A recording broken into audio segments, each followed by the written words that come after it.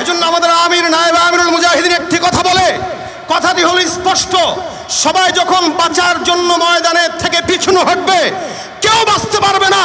সবাই যখন মরার জন্য সামনে এগিয়ে যাবে, আবু সাইদের মতো মুখ টান করে দাঁড়াবে, এদেশ কিভাবে স্বাধীন হয় বাংলার জনগণ তখন দেখিয়ে দিতে পারে। ঠিক কিনা জনগণ? আমরা অনেককে এই কথাও বলতে শুনি মাঝে মাঝে, ইসলামী আন্দোলন কোনো ক্ষমতার আন্দোলন, রাজনীতি করে না।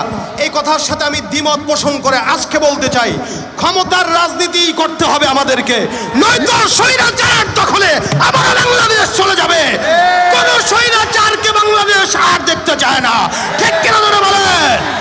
যাদের হাতে যায় ক্ষমতা, দেশ যেন বাপের ভিটা, রাখতে চেয়ে আর শুরু করে বিদেশিদের পাচাটা। আমরা প্রতি বছর ইলিশ দিয়েছি, তারা গাঁজা দিয়েছে। আমরা দিয়েছি যা, তারা দিয়েছে তার উল্টা। আমরা তাদেরকে যা দিয়েছি বিনিময়ে তারা আমাদেরকে কাটা তারা লাশ ঝুলিয়ে দিয়েছে। ঠিক কিনা ধরে?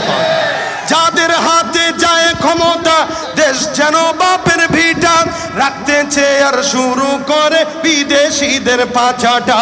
বিদেশিদের কথা মতো চালায় তারা নিজের দেশ, বিদেশিদের কথা মতো চালায় তারা নিজের দেশ। দেখতে দেখতে গোল্লায় গেল আমার সোনার বাংলাদেশ।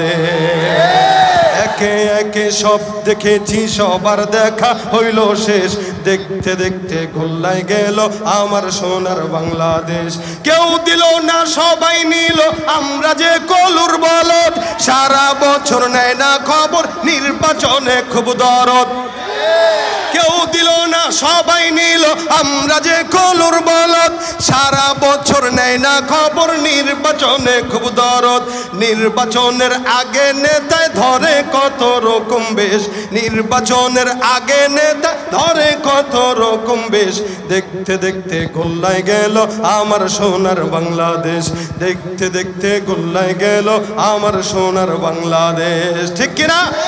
শেষ পর্যায়ে এতটুকু বলবো, অতীতে যেই স্বৈরাচার ছিল, বর্তমানেও যারা ক্ষমতা না পেয়ে স্বৈরাচারিতা শুরু করেছে, এদের কাউকে বাংলার জনগণ দেখতে চায় না, কাউকে দেখতে চায় না, কাউকে দেখতে চায় না।